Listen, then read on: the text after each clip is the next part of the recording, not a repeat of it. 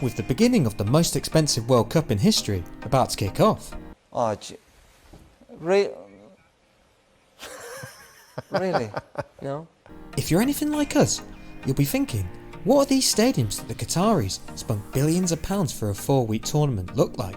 Well, fear not, because today we'll give you the lowdown on the venues of the 2022 World Cup, so when England inevitably get beaten on penalties, you'll be able to cheer up your mates with a nice fact or two. First up, we have the Stadium 974, which is a temporary venue made up of 974 shipping containers. Why 974, you may ask? Well, it's to pay homage to that illustrious of global titles the nation holds. Of course, the international dialing code for Qatar. Being the first temporary stadium in World Cup history, the shipping containers will house amenities, bathrooms, concessions, and even referee dressing rooms. Unlike all the other stadiums, the venue is not equipped with cooling systems, but if you don't like the prospect of sweaty armpits, don't worry. With the shape of the stadium and gaps in between the seats, this will allow for natural ventilation, and coupled with the stadium being situated next to a bay, so will be cooled by wind. Well, that's the theory anyway.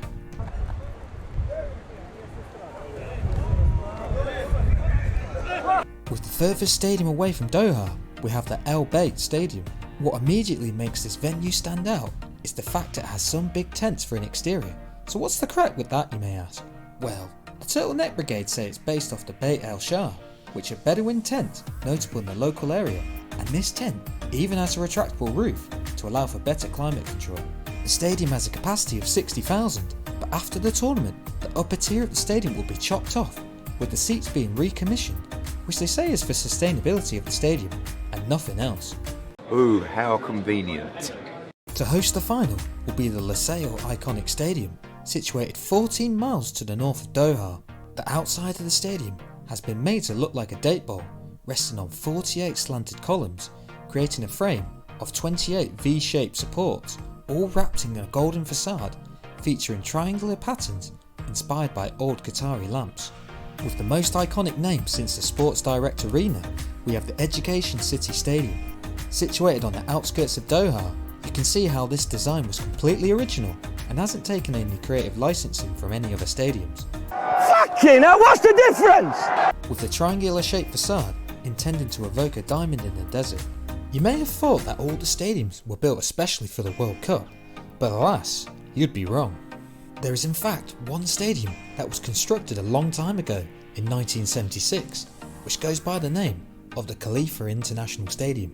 However, as you can expect, the venue did not shout bling bling, and as this is Qatar, it has been renovated for the World Cup, adding a roof and an extra arch to make it on par with its peers.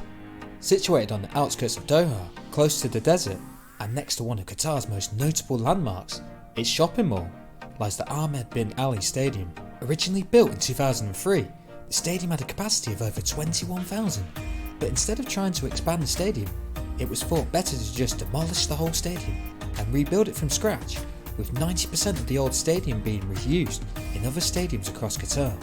As you can expect with its location, the venue has been inspired by the desert, and the stadium's facade is wrapped in multimedia screens, which are covered in metal screens made in shapes influenced by Qatari architecture. And then there's the rest, the Al Thumama Stadium, which looks like a giant cake with some Big Brother looking eyes that wouldn't look out of place in China.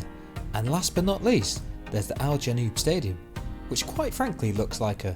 You naughty naughty. So given these stadiums are situated in the middle of a frying pan, you're probably wondering how they would cool the players and spectators. The solution was to build cooling machines at the lower levels of the stadium, to which hot air would be collected, cooled and shot back into the stadium. It's been said that the cooled air is recirculated and the system is powered by solar, so don't worry the Gretas of the world, you can chill out.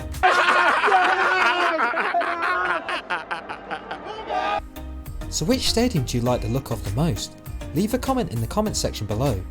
We'd personally go with the Al Bayt Stadium, and for any newcomers of the channel, if you enjoy videos like these, we have an array of stadium videos for you to watch on screen now. This has been a civil conversation, and I will see you in the next video.